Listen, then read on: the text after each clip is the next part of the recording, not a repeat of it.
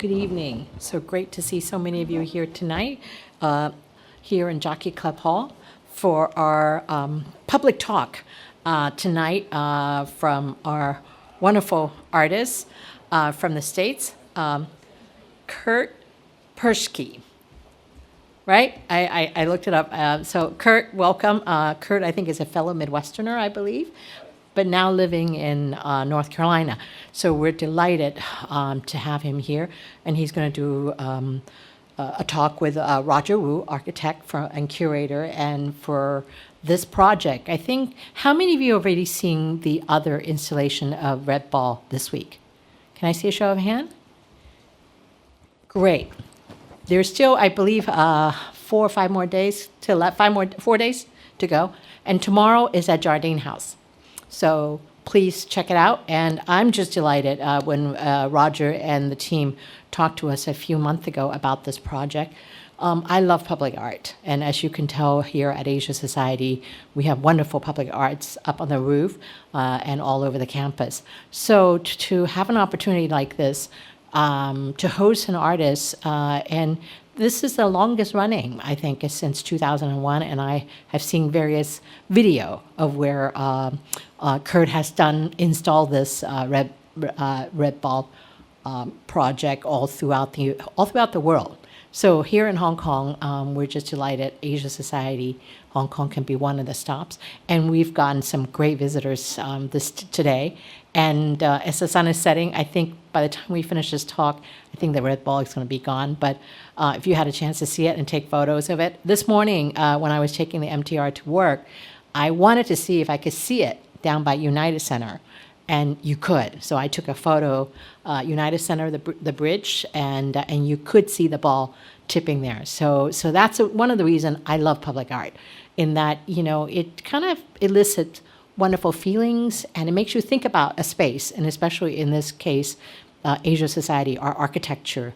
It's wonderful seeing the balloons being squeezed by these 2 pieces of granite, 2 pieces of, and so it's really fun. So in fact, for our Christmas card, Asia Society Hong Kong Christmas card, I made all the staff stand in front of the ball, so that's going to be our holiday card. So you will see the RedBall again, and I think that's a kind of one of the reasons that we are so delighted to be part of this public art activation.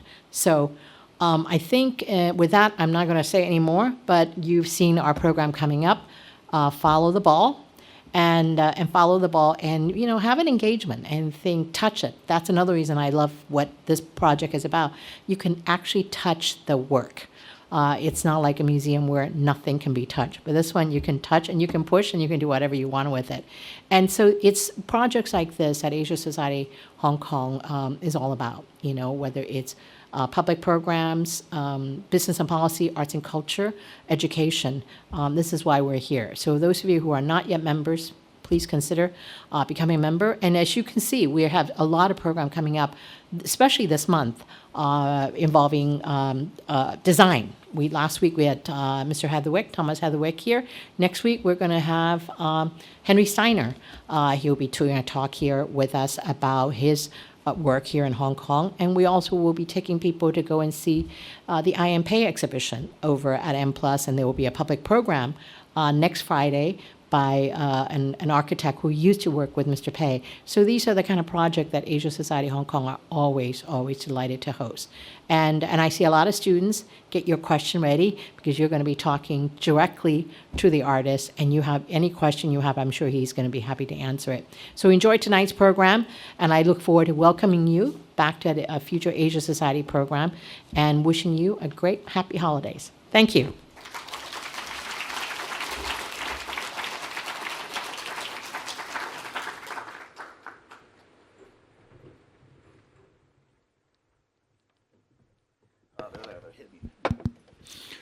Thank you very much, Alice. And I'm very nervous because I've been on the audience a number of times and listened to influential people speaking here. That's not a good way You'll to be start. all right. You'll be all right, Kurt. But I'm super nervous, and I hope you excuse me if I'm a little bit nervous. So thank you very much for coming. And I'm Roger.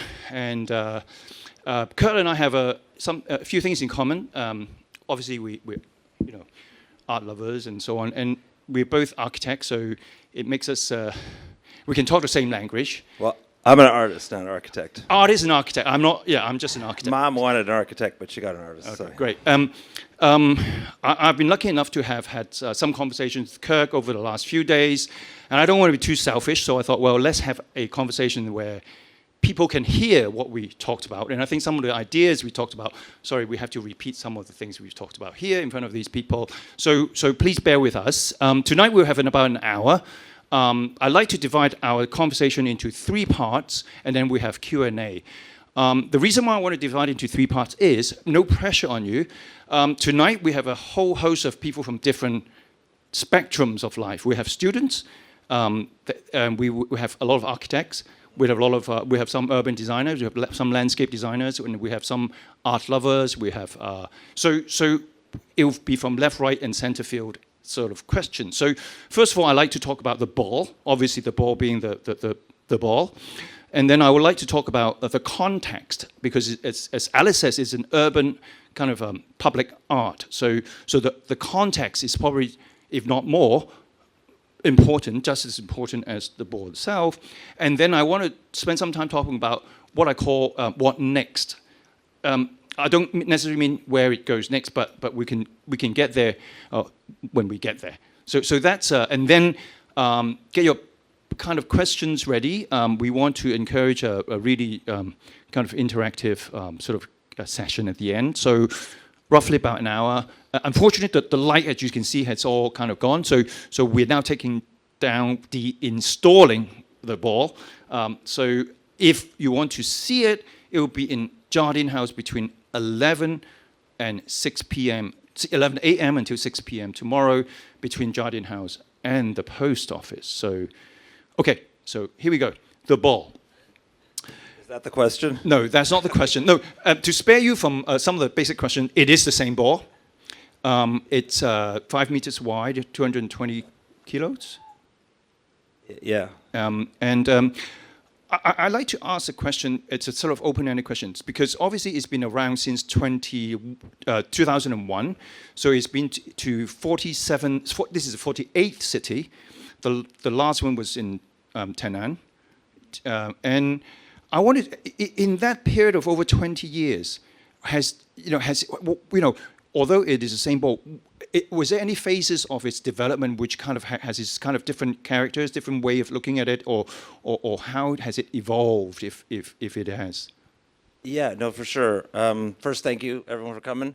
I think maybe the easiest way to start that conversation is to talk a little bit about the early origin. So the piece was first, for me, I was a young artist. It was in St. Louis. It was first commissioned there, but I was unable to do it the way I wanted to, which is how it's been done ever since, which is that it's in one site, one day. So the piece actually, though it's a sculpture, actually for me the project is not the piece, the sculpture. The project is actually the performance. And so what the piece is doing here, what the work really is not the ball. It's the ball, the audience, the site. It's all those things together, in a sort of placemaking way that's very temporary. So I don't think about it, when people talk about the project, of course, they think of it as an object, but I think of it actually as a performance. And in my mind, I structure it more as within that mindset, because that's really what's happening each day. So first time, as a young artist, got money out to build it. I was so excited. We did one site, and as soon as I did the site, I was like, oh, it really needs to move. I want to move it through the city, and I couldn't get them to agree.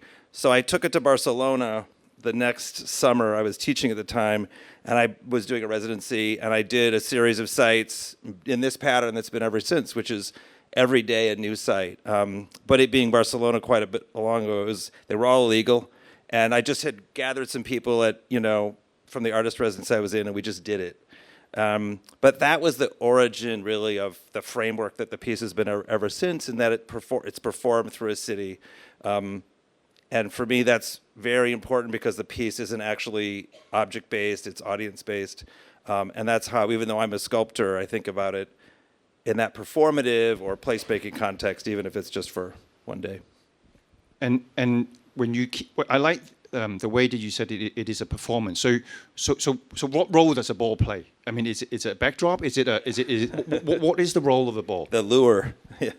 I mean, for me, so, the tools of sculpture, I mean, mass, scale, volume, humor, color, playing with all those things, of course, and not being timid about it. Because I was quite, coming out of being a gallery artist, I was quite interested in working in public space in a way that wasn't, like being in the States, a lot of the funding is for permanent work. So it's for permanent kind of sculptures that are going to go in a plaza. And I wasn't super attracted to that.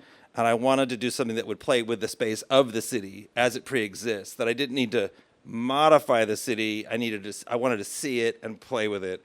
And so that's actually the impulse that the project came out of, very much. And you also mentioned whether it's sort of the permanency and the temporary sort of idea about it. Yeah, I mean, because if you think of things as permanent static work, I mean it just wasn't attractive to me in the same way. I mean, being impermanent gives you strengths and advantages. When I go into a city and I want to take over a space or block an alley or whatever we're doing, we're there for the day. And even though it can be very difficult to get that yes, at least it's possible to get that yes.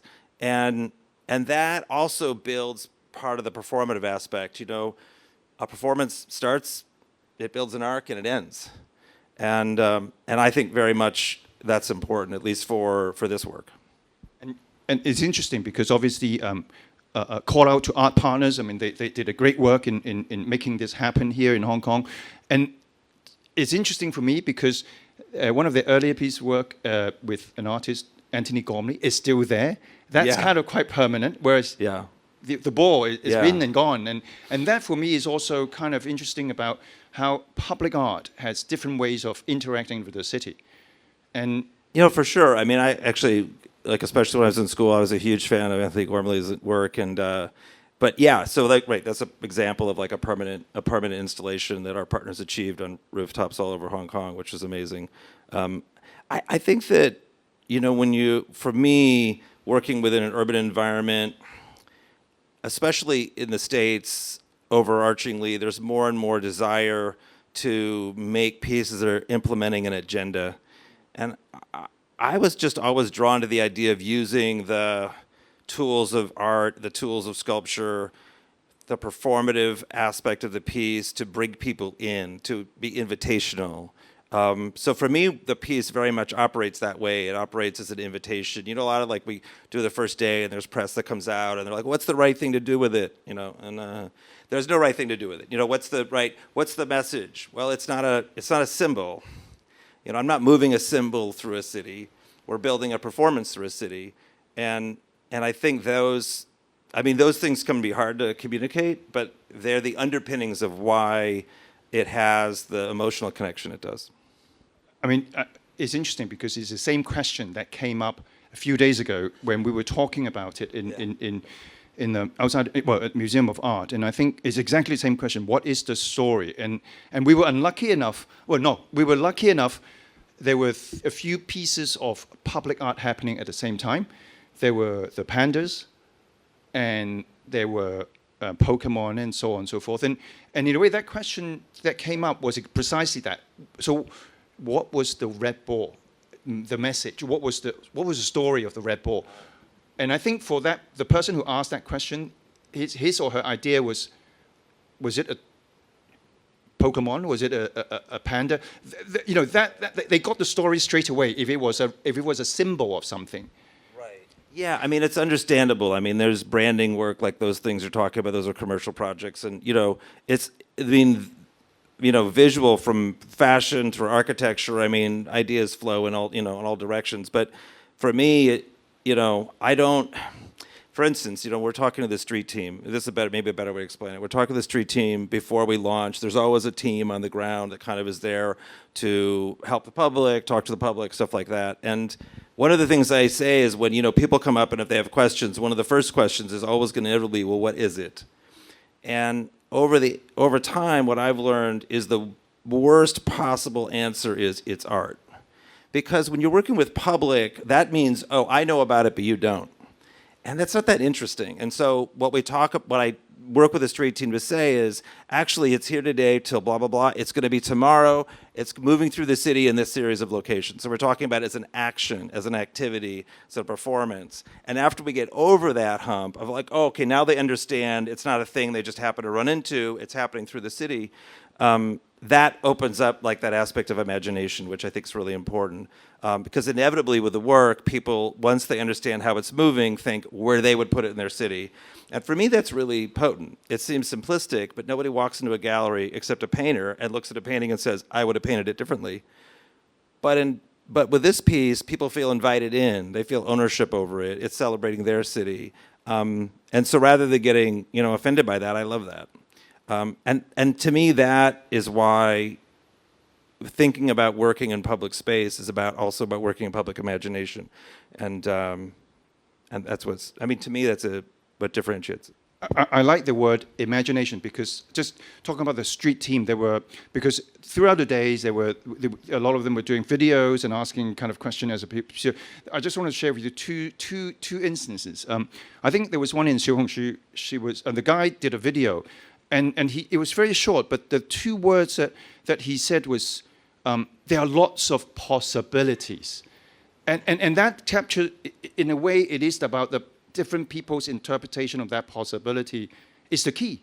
I mean, my answer is different than your answer, what it means. And then the other one happened today, because there were some sort of high school students here, and one of the high schools, they were quite shy to start off with, apparently. And then apparently one of them started saying, because the way it was pinched today, he related to his pressure, the pressure he's experiencing during his studies. He was like, I'm like the ball. I'm under a lot of pressure. It's like being pinched. That is great. I mean, sad as it is to hear it, but it's almost as if, wow, he's got it. He's got it. Yeah.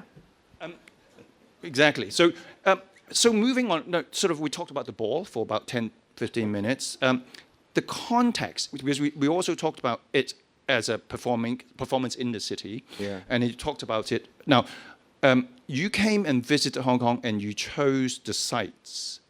Sure. So the piece is developed through a site visit. So I come, it could be a year in advance. For Hong Kong, it was actually many years ago when it really started. But so the piece is developed in a site visit. So I'm here generally with an assistant in any city for a week, sometimes longer, just hunting for locations. We always start with, of course, like, oh, you have to go and look at this, which is fine. Like, that's a normal part of the process. But there's also a lot of on the ground that happens after that. And it's walking around with, laser meters and measurements and photographs and trying to find opportunities. And the way, like the rubric for that has to do actually initially with architecture and audience. So thinking about not a building, but a neighborhood, a place where people like to be. So it's not a monument tour. It's actually thinking about how people see their own city reflectively. And then, of course, that site visit becomes like, I will sort of choreograph, this is where I think we should launch, this is the story we can tell. This site is actually going to be, like the Asia Society, a destination site. Let's do it a little bit later in the run. We'll build audience. We can bring people someplace maybe they haven't been in a while. So there's a kind of flow state to the sites and the logic of them. And then after that perfect moment, then comes production, and it gets difficult after that. Well, we talked about that. It is challenging in Hong Kong in a number of ways. We laugh about it now because we've sort of gone halfway through, but a lot of regulations, a lot of hurdles to go through, and one thing that we keep coming back to is that the RedBall looks very simple, but actually is actually. I think the project is simple. The production of a thing is not the truth of it. So to make it happen, can be complicated and take time, but it should feel effortless when someone comes upon it in the street. It should feel like it was just landed there and they have no idea where it came from, and they didn't see the press, anything, and that is how it should be. And I think, so I don't, like in a talk like this, we can talk about it, but like I don't talk about the production of it, like in the press or whatever, because it's kind of like, some people want to watch the movie and then they want to see the making of. I hate to see the making of. I want to only see the movie. I don't want to know what the actor looks like when he's not in the role. I don't care, And so for me, like, I don't want to tell that story, but of course there is, for those of you who are trying to, have experience or have tried to make projects happen at any level, of course, you know this. But I think like it's really important for the audience that the effort that's put into it is not necessarily hidden, but it just evaporates, because otherwise, they shouldn't have to feel you sweat, And I think that's important, because actually that project isn't about. I mean, once it's out there, it's not about me, and it's not representing me, And so it needs to feel like it's theirs, and that's the kind of goal. Do you think the people in Hong Kong that you've seen so far, do you think they felt it's theirs? I mean, sometimes, yeah. I mean, that's what we're working towards, for sure. So like I'll be there for some part of the day, and maybe they'll, we'll do some selfie thing or whatever. But like, I feel like too much of that actually tweaks what the piece is, And there was this. Well, the project's been running, as Roger said, for a while, and it's it predates actually social media, and so, but it was always from the beginning built to be like a reflection of a culture when it goes to a city. So it's moving through those sites, but those sites are neighborhoods and they're people, they're communities. We build a little community each day, but we're also moving between preset communities. And all of that is always a reflection back on wherever it is. The piece is in a way neutral, and the site and the audience defines that day. And so when, social media became a thing, I'd have people come up and be like, "Oh my God, you really built a perfect social media artwork." I said, "Oh, sure." And then selfie culture became a thing. And now, wow, it's really like a selfie. I'm like, "Sure." Because actually it will change again, because those things are all cultural moments. And when you're in the middle of that wave, you don't know it. But over time, you see those things ebb and flow. And they're very important to the people in the moment. And so I don't feel like it's my role to say, I mean, honestly, you don't need any more photos. Maybe you should put your phone down. That might be where I come from, but like that's somebody's engagement, and that's why when the press says what's the right thing and the wrong thing, I'm like, if you want to come up and have a conversation or take a photo, if you want to on the way home think, it could go right there. It could be in my building. I mean, that's great. And so, but those are the entry points, and so those entry points are important. I'm well, not paraphrasing what you're saying, but it's interesting because the way I look at it is that, the art piece itself, it has its own kind of artistic value, it has its own kind of, sort of intrinsic value. It is what it is. But all these things you were talking about, it being the perfect Instagrammable kind of, it's this kind of instrumental value is all coming through, and at different ages have different kind of take on that instrumental value. And then I'm sure it will continue to have, that value probably manifests itself in different ways. Yeah. And yeah, that's exactly right. And in different cultures. And that's always a reflection, so that when we kick off, like, the first day, what will it be like in Hong Kong? And my answer is I don't know yet, because it hasn't happened yet. I think there's an assumption that there's like a pre-formed thing that'll be, but it's always different. I mean, I think one of the things about the fact that it's almost a universal symbol, isn't it? I mean, it's circular, it's just a ball, yeah. And it's red. It's just one very primary color, and you can't be a more kind of blank canvas for people's imagination when it happens in different cities, because it's almost neutral. That's going to be the last day, by the way. Oh yes. Sorry to interrupt. That's all right. Yeah, we'll be at the peak. This was the first day. Yeah. And one thing was that I know behind there was a lot of structural calculation. We had a great team who were doing all the calculations with the RSC and so on and so forth. And throughout these days, the ball kind of squish and squat. I mean, Cantonese is great. 可以塞，可以折，可以別，可以。It was like, you know, I mean, Yeah, I'm no, sure, I- you know, and I I was heard there- all those words. I just yeah, it's basically squeeze. I mean, and it was great. Even just listening to people how they describe it, and it's about imagination, and I love it. And then kids will find their ways to kind of go under, go around, and so on and so forth. And I think it brings out the cultural value of different places without trying too hard to do that. Yeah, I think it's a tricky thing. Like, you know, for me, I think there's the impulse to, I have a message, I want my message to be heard, I'm going to go forth into public and make the public hear my message. And, you know, as an artist, I understand for some people that's the basis of their work and it's really important to them. For me, I feel like if I have to put myself in my framework, my message is, you know, being in the moment and joy and being able to see your city, like, and I think those things are really emotional. They're not linguistic, and so I think that for me has been a way for the project to be alive globally, because so often you need universals to be able to work and have your piece understood anywhere in the world. Yeah, I mean, I think talking about that, it sort of also remind me the idea that it is a vessel. It is a tool for people to apply different meanings to it. And I think, you know, just going back to earlier when you said it's the performance. Do you have any kind of interesting performance that kind of stuck to your mind that you see the ball has had effect on, you know, people poking it, people punching it, people, you know, doing funny things to it? Sure. I mean, you mean that story I was telling you? Okay, yeah. So this happened actually very early in the project, and it just taught me something. I think one of the great things about being able to have the kind of privilege of doing a piece over such an arc of time is how much you can learn from your own work.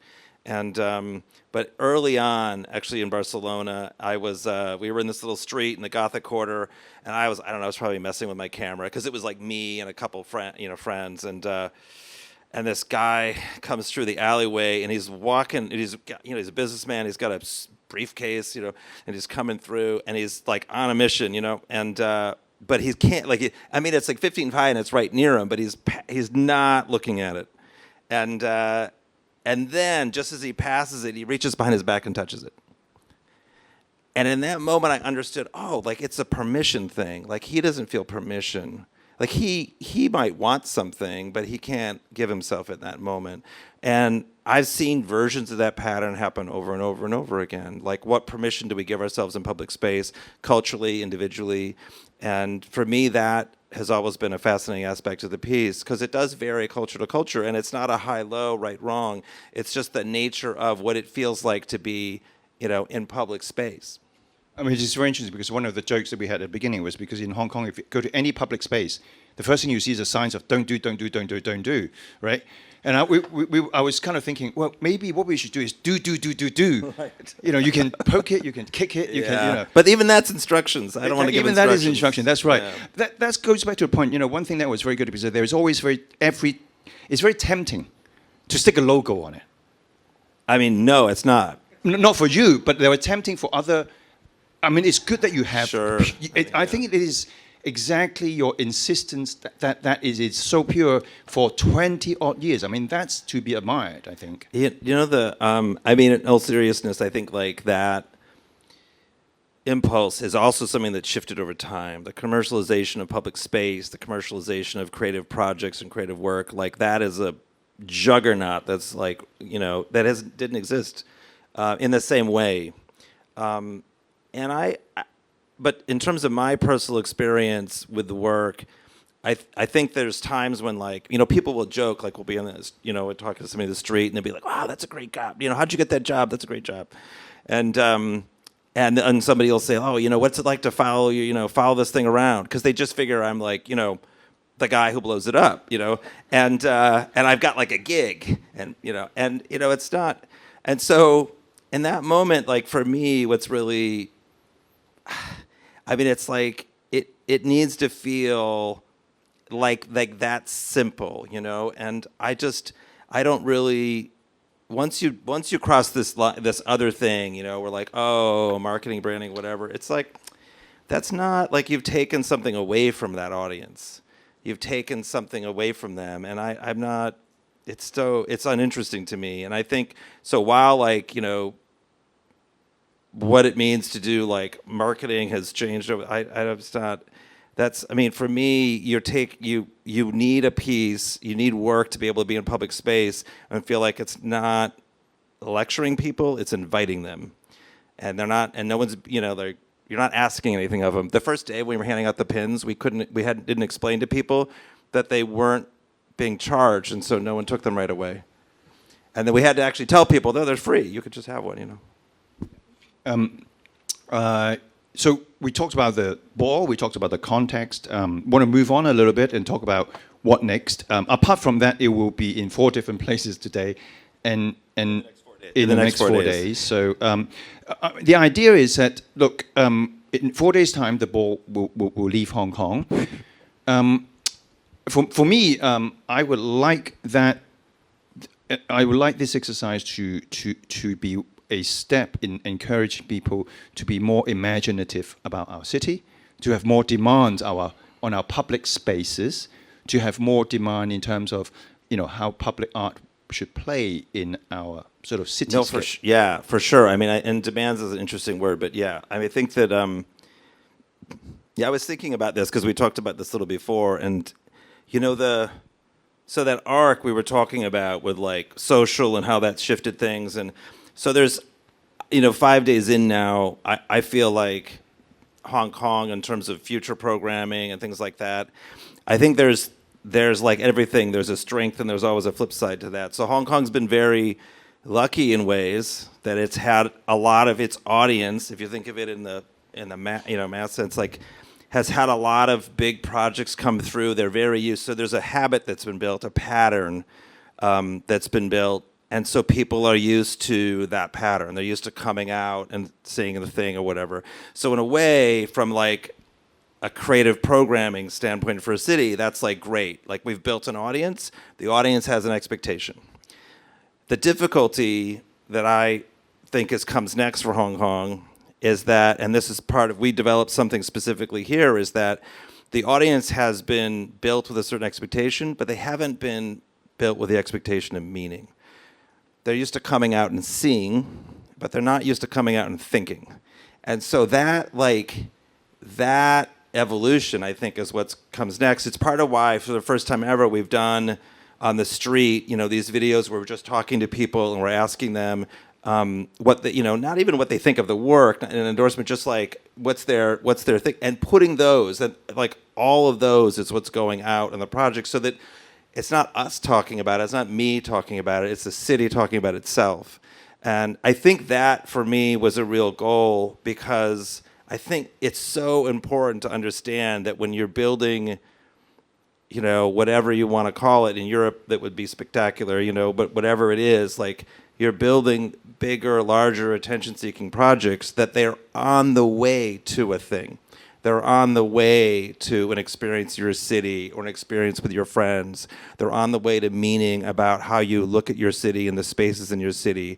When a building's going up or getting torn down, that you think about it and what that might mean, that the way the landscape shifts is also your landscape. And so I think that's always the challenge, of course, but I feel like RedBall, for me, one of the interesting is it plays in this range where it does the spectacular thing and brings people in. And my goal is always for that to be the top of the funnel, and then we can bring them into conversations and slowly bring that through. And sometimes that's even individual. I was in Abu Dhabi once I did the project there, and I was working with the head of communications, and there was a building I really wanted to do.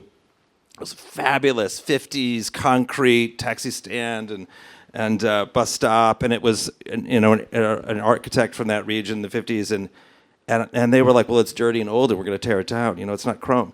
And I'm like, it's literally a landmark. We're literally staring at a landmark, and you're going to really wish it still was here in 50 years. So the project facilitated that whole conversation, because they really didn't, she particularly didn't really know what I was talking about. And so that was part of my role there, was to come in and say, this is special, this is important. And sometimes an outside eye can do that in a way that it's harder to do from the ground up. Though I'm always aware during the site visit that I come as a visitor. I don't come as an expert, I mean, I think the what next is also interesting in the sense that tomorrow when we are going to Jardine House, it's one of my favorite spots because it's right next to the site where the original Henry Moore was. Yeah. So the sculpture where the Henry Moore was now is not the original Henry Moore. The original Henry Moore is now in the IFC. But nonetheless, that was probably, if I'm correct, it's the first piece of public art by a property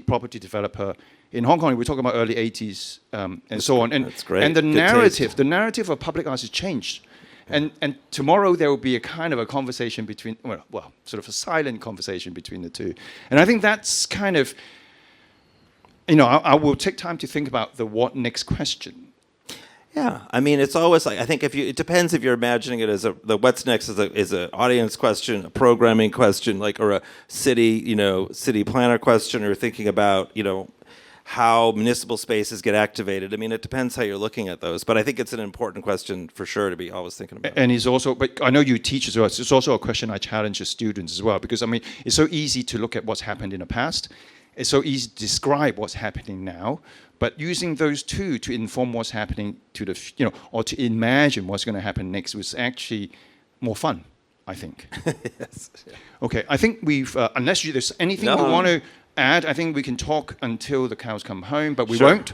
So I want to open up the questions to the floor. Yeah. And I know you all have very good questions, and I have I'm going to stand up because the light is right in front of me. Yeah, please put your, great, fantastic. Anybody have please, anybody has a gentleman at the front, please, can you pass the mic to the gentleman at the front, here in the jacket, purple? You get a microphone. Hello, good evening. I have two questions. One would be, how would you define yourself as an artist? And second, what is the hardest location that you ever got? And the big question, what is the hardest city in so far? Thank you. In terms of defining myself as an artist, I came up as a sculptor. I mean, that was really, that's my training and through grad school and everything. And I think, and that was my early career, was a sculptor and actually in ceramics. But I was very excited about the idea of moving into public space and figuring out a way to do it in a way that made sense to me, and playing with what I already saw. There was a certain period of, like Rachel Whiteread's, a British sculptor work, which is all negative spaces. She's cast in the outsides of things, and the in-betweens. And in my mind, it's sort of like a city has that, and I'm just playing with that. Hardest city, yeah. Hong Kong. Yeah. Not Hong Kong. It's really it's difficult for anything. It doesn't have to be, artwork. The difficult cities are always the most bureaucratic in terms of getting permissions and stuff like that. Paris was tough. And then I think there's just cities where there's a lot of layers, because it's like anything else. You have to get a lot of yeses all the way up and that kind of thing. So, but for me, I don't. The audience doesn't need to know about that. It's just we know about that. Yeah, don't we all? Yes. Yeah. Any other questions? Come on, you're disappointed. Oh, there. Wait, we have a lady there. Thank you. Hi, thank you for sharing. I also have two questions. The first one is that how did you decide the size of the ball at the first place? And the second one is that how did you decide where to place the ball, such as in Hong Kong, for example? Thank you. That's a great question. So, so the beginning, the piece was very much initially designed for a single site. There was this site that was like this kind of, I don't know how to say it, was like a concrete bridge onto a building. It was so ugly. It was like just concrete and space underneath it. They gave me a choice of 3 sites to come up with an idea.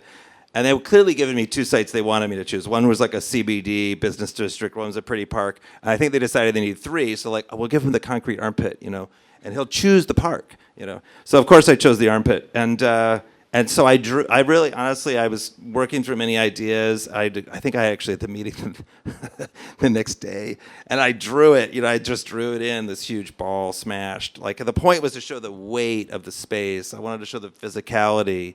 So the sculptural relationship had to do with the site already, and I was in my mind sort of demonstrating it.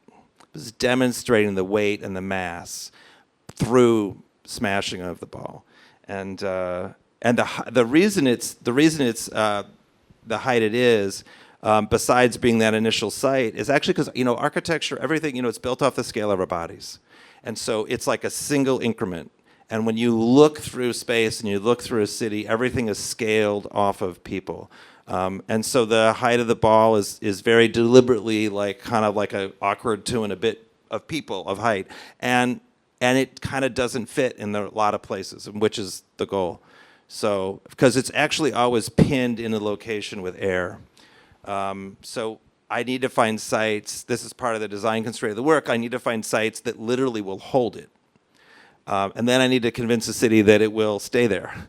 But so that's part of it. And in terms of the sites, the site visit for me, it's always those set of design constraints matched with thinking about audience, matched with thinking about history, matched with wanting to move between kind of architectural moments, thinking about both fantastic buildings like this, but also things that are local versus things that are tourist, and especially in a big city. And sometimes I work in much smaller places, so it's a different kind of conversation, but yeah. It's interesting you said that. I need to tell you a story that I heard on a Saturday when we were outside a museum of art, and I was just standing there as if I was just a passerby, and I heard the guy next door explaining to his relatives. I think he was the only time he has an audience. I think he was probably an engineer, trying to explain to his relatives that it is not supporting the cantilever. Right. And he was explaining how a cantilever truss work. So probably his relative never listened to his kind of engineering theory, so he was really enjoying it. And that was great because, I mean, people now Finally, know the architectural engineer gets a moment. Yes. Exactly. Now people know what, his relatives know what cantilever is next time you say they see a cantilever. So that was great. Anyway, so I thought, when you talk about the bridge and all of that, I think that was kind of quite interesting. So any other questions? Yes. Thank you for the sharing. I think it's really interesting that you mentioned the project started as a neighborhood kind of way to engage the local resident so that it's more interactive, it's fun, it's not like a formal piece of art. My question is, how does it develop into a big international project that has been lasting for so long and with such a global impact? And obviously, it will require a lot of sponsorship from governments in terms of logistics, permission, funding, et cetera, et cetera. Like, how does it evolve into such, humongous project in such a successful manner? Thank you. Good question. Yeah, well, so the early history of the piece, actually for me, maybe tells part of that story. So first I was teaching in St. Louis, and I was, a local artist, and I was pitching the local group where I could pitch a public art idea to in St. Louis called Arts in St. Louis. But anyway, so I'm pitching ideas and they're going nowhere, and then I get maybe the second level, and then they fall. And I actually truly was after a couple years of pitching, coming up with RFPs and RFQs, and in the States, this is the whole process of pitching ideas. And I was just about to give up, actually. And then the curator, because of course, I'm pitching these things into a void, but there's two people deciding everything. And the curator, they said, oh, we have this thing coming up, and we want you to pitch us an idea for it. We'll give you these 3 locations. You choose one. And so I didn't say anything to her at the moment, but later after it happened, I said, Jenny, I don't really understand why you gave me the opportunity, because you rejected everything I'd ever sent you. And she said, well, yeah, but they were getting better. And I was I was just about to quit. So you never know. And so for me, that was the first step. And then the second step was risk, because I had the failure of not being able to do the pieces I wanted and move it through the city. They were so happy with it in one place, I couldn't get them to let me move it. And so I for the summer, I got a residency. I shipped it off my own dime. I actually had an artist friend who just said, if you just go there and start meeting people through the residency in Barcelona, you'll figure it out. Just ship it and figure it out. And it was great advice. And that's why it helps to have artist friends. And so I got there, and then people were like, okay, well, I have a truck and I have a thing, and that was how it started. And so that was like the beginning of it, was that willingness to do and take risks. The very first site, which it's somewhere in this deck, but there's an empty version and a full version of it. It's in Gothic Quarter, very first site. I'm shooting photograph, I'm across the street taking photographs, and we're just waiting to get arrested the whole time, because they were like, they're definitely going to come arrest us here, because the Guardia Civil's like right up the street, and it's like we're in this like cool area, and but just get the photo, and then we'll talk our way out of it later. And so I'm just like sweating. And Americans, so I'm sweating. I'm like shooting, film, and I can't see anything. I'm shooting, and I'm waiting all day, and they never came. And then we kind of realized later that if you're tagging something, they're going to grab you. But like no one thought this didn't have permission. Like no one drove by. Like the police drove by, and they're like, well, I mean, somebody said yes. So that was the beginning for me of like just saying, this is how I want to do it by any means necessary. I'll try it. And then that got press. And then from that, I got to take it to Sydney in 2003 because I found out later that there was a young curator there who somehow had already seen the project when I had first launched it. And her boss had said no. And then it was in a magazine. And then she showed the magazine to her boss, and then her boss said yes. And that was the beginning, really, of understanding how decisions get made. And so for me, that, like, when she told me that, and she told me, well, this is actually the process that happened, because I wanted to say, how did I end up in Australia, And so understanding that, I think, if your question is based on how to do this for yourself, I think understanding how decisions really get made and what people need and the permission level they need. I don't mean from their boss. I mean to feel the permission to say, I like this, let's make this happen. It's rare, actually, to find those people. I mean, there's a question at the end, but before that, I want to sort of go back to something that you said earlier when I asked the question about what next.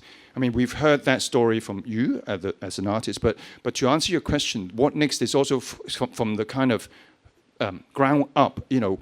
Like I said, if we know what we like, if we have demand about what public art the city should have, if we have this kind of imagination, this is what it is. This is, the city needs that to engage the public and so on, and that in turn will affect the person who actually makes that decision. The person who makes that decision doesn't kind of dream it up.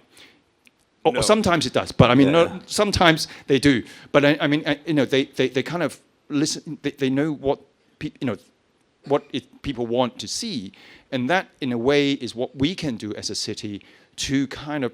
The what next question is that we need to think about what it is that we want for the city. What is, as an audience, from the audience level, what next? I mean, for sure, yeah.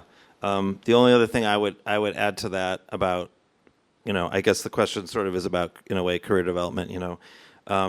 Is that I also had very much the opposite experience early on, where I had actually somebody I had actually paid and I had brought in to help me with certain things, and she was from the art world and all that, and I was actually told to stop. I had gotten to the point where I was sort of in my mind, I had these gatekeepers, so and so from Art Forum and blah blah blah, and they were involved. And they said, well, this is all very nice, but you could maybe do one more city, Kurt. And that, I mean, obviously it's over. And you have to do the next thing. And at that moment, it was a really important fork for me, not just as a career, but also my understanding of my relationship to the work, was that what she was also saying to me is your work serves your career, and your career needs the next thing. Because if you're in a market, like the U.S. art market, like you're in a market-driven economy, we need the next thing.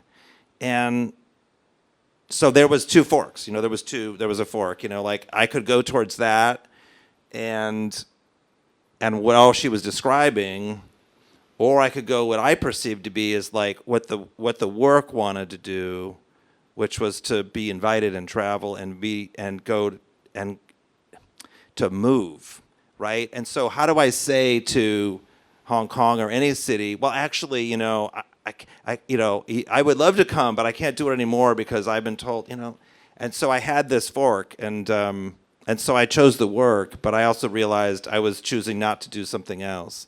And for me, that choice of thinking of the work not as serving me and my needs, but me serving it, turned to be very valuable. I'm glad you chose that. There's one question at the end, and I have a board telling me that there should be another question at the end after that. So get your last question ready. So please. Okay. Yes. Yes. Thank you. Thank you for sharing. So you talk about your people can freedom need to interact with your sculpture, so people can squeeze this, bounce it, punching on it. So, do you worry about people maybe some people destroyed it, maybe broken it, or maybe people make a painting? No, on I understand what you're saying. Like, yeah. Right, it's public, it's there, it's open. Why isn't it being vandalized all the time? Why is it not being attacked? Why isn't that dangerous? Don't I need to have security to protect it? No. if I make and graffiti on it, so can so once that happened once in LA. Yeah. A tagger came up and he tagged it. Yeah. And then he was talking to the street team later. He found out what it was, and he came back and he apologized and he took it off. Because the reason it doesn't get violence against it is because it's not telling people there's nothing to be violent about. It's not telling people what to do. The work is there for a moment of joy. It's there as an invitation. It's not dictating to them. So in 20 years, it's never been an issue, even though it probably should have been. Last question. Anybody? Oh, wow. 2 last questions. Okay, at the line, let's the lady over there. And then we'll have the other one as well. So two we have a bit more time. Oh, we'll wait and see. Wait and see. Okay, I'll make it very quick. Thank you. Thanks so much for sharing. And it's amazing that you're an opportunist and you know your work's great. So just a very simple question. Can you give some advice to other people who'd like to push boundaries or squeeze into opportunities? Sure. Yeah. You need allies. You need a network. You needed allies. If I was talking to myself many years ago, this is what I would say. I would say your idea is great, but if you don't have allies for it, if you don't have a network of people who believe in you, if you're not building those relationships, then who's going to make that happen for you? And it might seem at first that those need to be people who are important, but your career will grow, and the people who you're working with right now, you'll grow with them.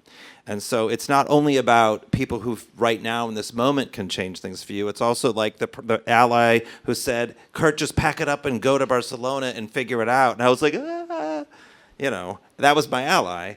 And so you need all of those people. And so that's the thing I would say is that, when you look at someone's career and you think, oh, that would be nice, that career was not built in a vacuum. People were helping them. And it doesn't matter anything.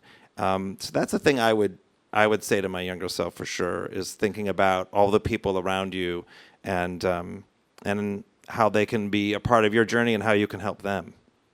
The gentleman over there. Short, sharp question. Very Michelle shocked. Excellent. Thanks very much and for coming. We'll maybe allow others. Just want to ask, would you ever consider for one of your future installations to do it without seeking permissions from the government or the authority? I mean, I do, yeah. Don't do it here. I do.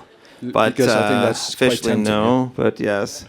I mean, actually, sometimes, yes. Actually, it happened once. This because we had so many problems in Paris. We did one site actually that was unapproved because we had lost the sites at the last second, and so we did one. But but I don't like for me now to think like whether the project is official or unofficial, whether it's street, whether it's like only illegal or whether it's like this, is less important because what also happened for me is that having those allies makes things possible. I could never have done Hong Kong in the way I have without art partners and without all the people who worked for years to make it happen.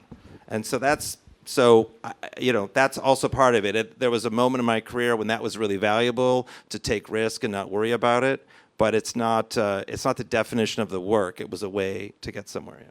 So if you have two quick questions, we'll end these with this one. We can keep and going. that. It's okay. Yeah. Thank you for sharing, Mr. Porschke. So I'm a student. I want to know how do you keep your creativity, and how do you make yourself moving forwards in your career? Is it because you find more meaning from the project itself, or from the action itself, or you just change the form of the arts? And so your question is, how do you keep your creativity? Yeah, kind of like that. Or what do you enjoy most in your work? Yeah. Those are different questions. I'm going to answer the first one. So keeping your creativity, you have to figure out, think of yourself as an athlete. How do you perform best? When are you most creative? Is it night? Is it day? Are you hungry? Are you full? Are you alone, or are you with your friends? Think of the spaces in which you're most creative and make time for that space deliberately, like going to the gym. Don't think it's just supposed to happen because you're outside in the sun. Think about how to apply yourself to it, and treat your creativity like a muscle and figure out how to build it. But for you, how you do it is going to be different than anybody else. So someone's not going to tell you how to do it. You need to think and be aware of how it flows for you. Hi. My question is very simple, a little bit like personal. Where your humor come from? My humor comes from, well, my mom thinks it's her, my dad thinks it's him, so I don't know what to tell you. But honestly, the funny thing is, like, people, for me, the project being funny is very important, because it's a way to translate through cultures, and playfulness. But the hilarious part is, most people at home, they think I'm very grumpy. So I don't think so. I think it's only when I'm here with RedBall. Thank you very much. I mean, I'm sure you have many, many more questions. Kirk is not going away, so he will also be around when you go. If you catch him in the RedBall, you can even talk to him there in front of the RedBall. So can you please give Kurt a big hand of applause? Thank you for Asia Society for giving us this fantastic space, and thank you very much. And I'll hand the mic back to Alice. Thank you. Thank you both for this great program, and I encourage you to engage in public art. And one of the things I think I really love what Kurt said is the meaning. I think there's been so many. You're right. We've been having so many of these projects, and I think we're kind of numb a little bit about it. But when a project like this that makes you think, and the reflection is the city, I think I applaud him for this, and I encourage. I see a lot of young people. Keep on pushing that boundary and keep that muscle exercising, because it's really important. Having lived in New York before moving back to Hong Kong, whenever there's public art, the engagement, when you see the city are engaged in it, and I'm seeing it here today and also this last week. So again, I want to thank Roger. I want to thank the team for putting this together and for including Asia Society. And my dream was always to using our site as a canvas. It's really architecture can be a canvas, and to work with artists like Kurt. And I hope you guys keep on coming back to Asia Society and keep on questioning the art and keep on engaging with the art. So again, thank you, and I look forward to welcoming you back.